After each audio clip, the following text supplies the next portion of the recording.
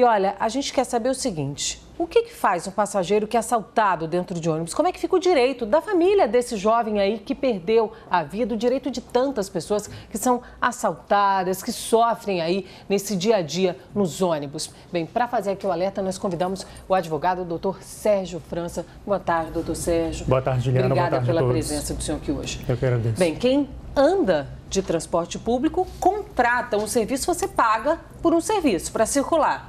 Então, isso te dá algum direito, alguma segurança? Tem que ser ressarcido, por exemplo, no caso de um assalto? Certamente. Esse serviço é um serviço público e ele é prestado por meio de uma concessão, né? Então, uma empresa privada presta esse serviço por meio de uma concessão que é dada pelo poder público, mas o usuário ele remunera a prestação desse serviço por meio do pagamento de tarifa, né? Então, com o pagamento da tarifa, o usuário ele é enquadrado como consumidor. Então, fica configurada uma relação de consumo. Nós temos de um lado o fornecedor, que presta esse serviço de transporte de passageiros, e o consumidor que usufrui desse serviço. Contratando esse serviço por meio do pagamento de tarifa, o consumidor ele tem todas as benesses, né, e todas as proteções que são conferidas pelo Código de Defesa do Consumidor.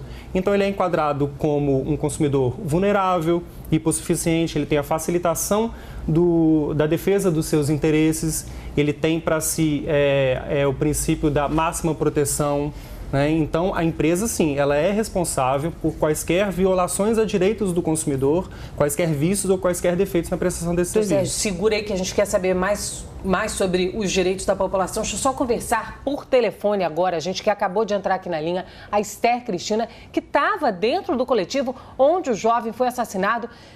Boa tarde, Esther, você está me escutando? Boa tarde, estou escutando sim. Como é que foi? Como é que tudo aconteceu? Então, a gente entrou no ônibus normal, eu cumprimentei o David, porque eu conheço ele. Aí eu sentei do lado de um assaltante e a minha irmã, de 5 anos, sentou do lado do outro. Aí o que estava do meu lado levantou para minha mãe sentar e minha mãe sentou do meu lado. Aí eles começaram a trocar os olhares. Assim, minha mãe percebeu e me abraçou e falou: fica de cabeça baixa porque a gente vai ser assaltado. Aí eles deram sinal perto do ponto onde foi acontecido e eles tiraram a arma, apontaram para o David.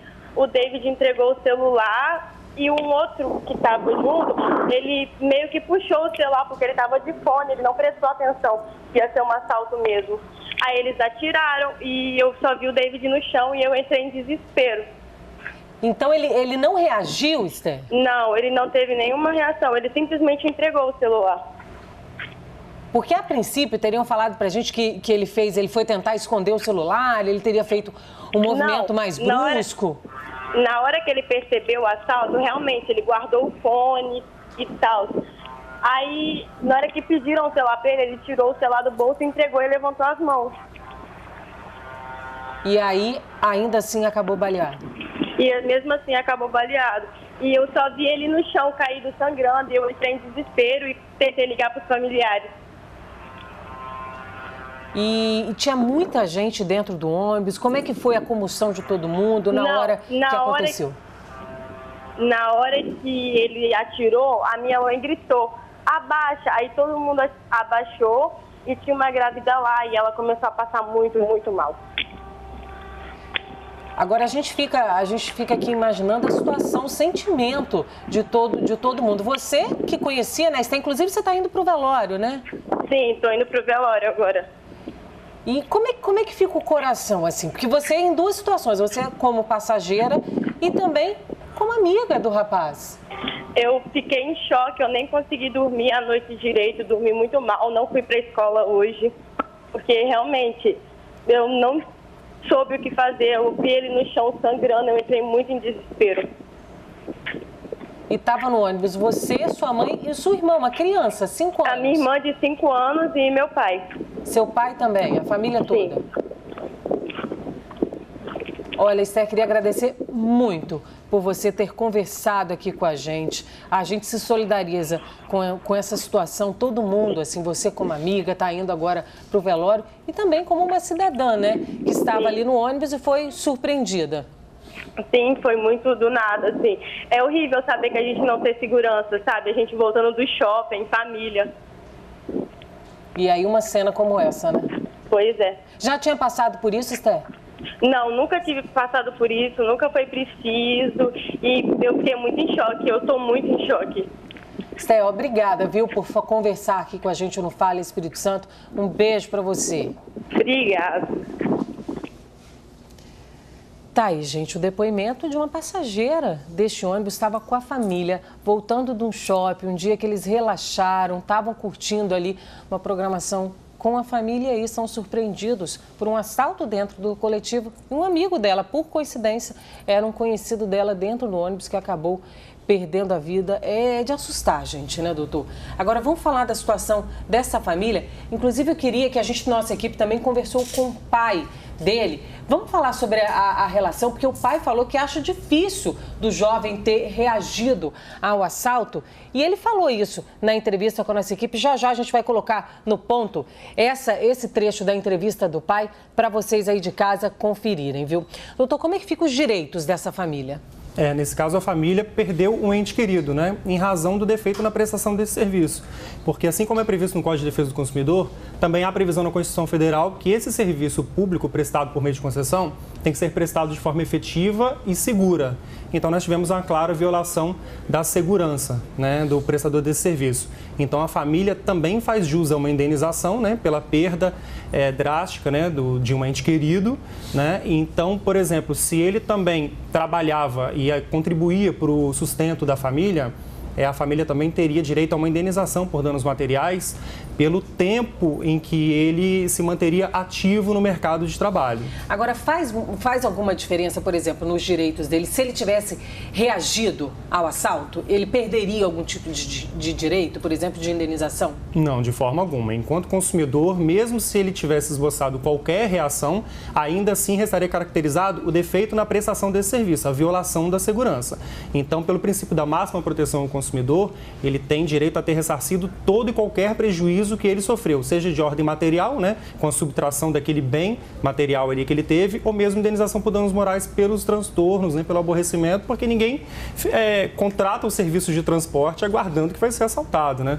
Pois é, olha, como eu disse, a gente conversou com o pai do David, que infelizmente morreu neste assalto ao transporte público, e ele disse que o jovem não deve ter reagido, assim como Esther falou pra gente que ele não reagiu, o pai acredita que ele não teve reação. Jamais, meu filho não ia fazer isso. Não, jamais. Ele simplesmente foi tirar o celular do bolso para entregar o senhor. Falou alguma coisa atrás do ônibus, o tiro nem era para ele. E acabou acontecendo. Quando ele percebeu que era um assalto, ele deve ter se assustado. Imagino eu que seja isso, né? O que eles passaram para a gente foram isso também. Que perda, né? E o pai falou também sobre o filho, disse que era um menino amoroso, trabalhador e estava estudando, inclusive, tinha sonho até de ser policial. Meu filho era um excelente filho, trabalhador, um menino amoroso. Os sonhos dele é estar tirando a carteira de motorista dele, casar com a namorada que ele tinha e ser alguém na vida, né? Ele queria ser até um policial, né? Em vista, embora a gente é um empresário, um microempresário na empresa de material de limpeza, mas ele trabalhava com a gente, comigo, com o irmão dele, mas sempre fazendo curso, as coisas, querendo ser algo nesse nível, né? Pois é, né? Muito triste. Agora, quando a gente fala, doutor Sérgio, indenização, dá para a gente dizer um valor, olha, ele pode receber tanto, o valor disso? Né? Onde que ele busca?